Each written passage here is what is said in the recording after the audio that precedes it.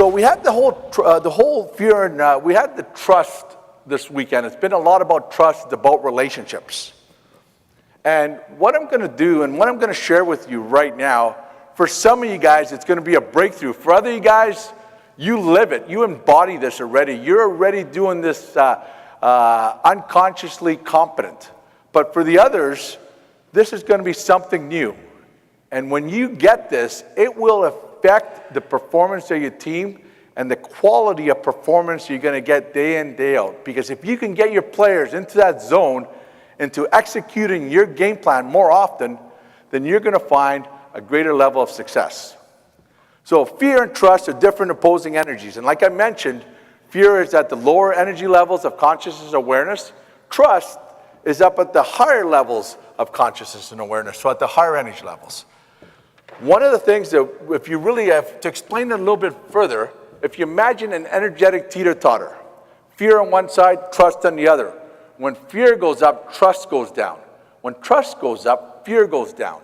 So when fear goes up, what trust goes down? Well, trust in your players, trust in your team, trust in the process, trust in yourselves.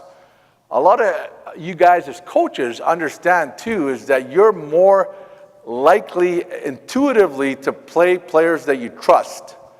I had a coach that I noticed, and I was working with him, I noticed that he played basically 3 lines, and the 4th line rarely played. So I just brought it to his attention.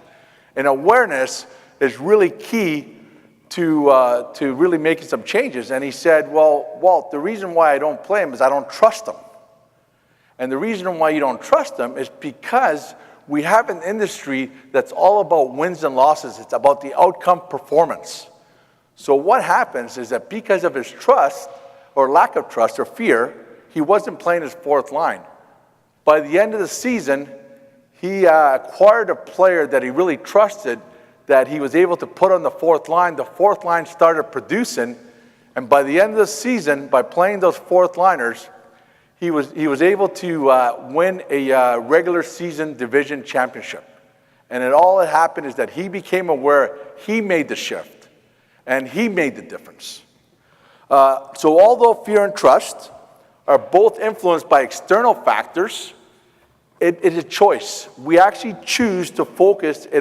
Whatever we choose to focus on, if we choose to focus on fear, we're going to make decisions based on fear. If we choose trust, we're going to make it based on trust. Although there's a lot of things out of our control, we have a conscious choice as to what we want. Most people, in general, not only coaches, will make choices in the moment based on the past or fear for the future.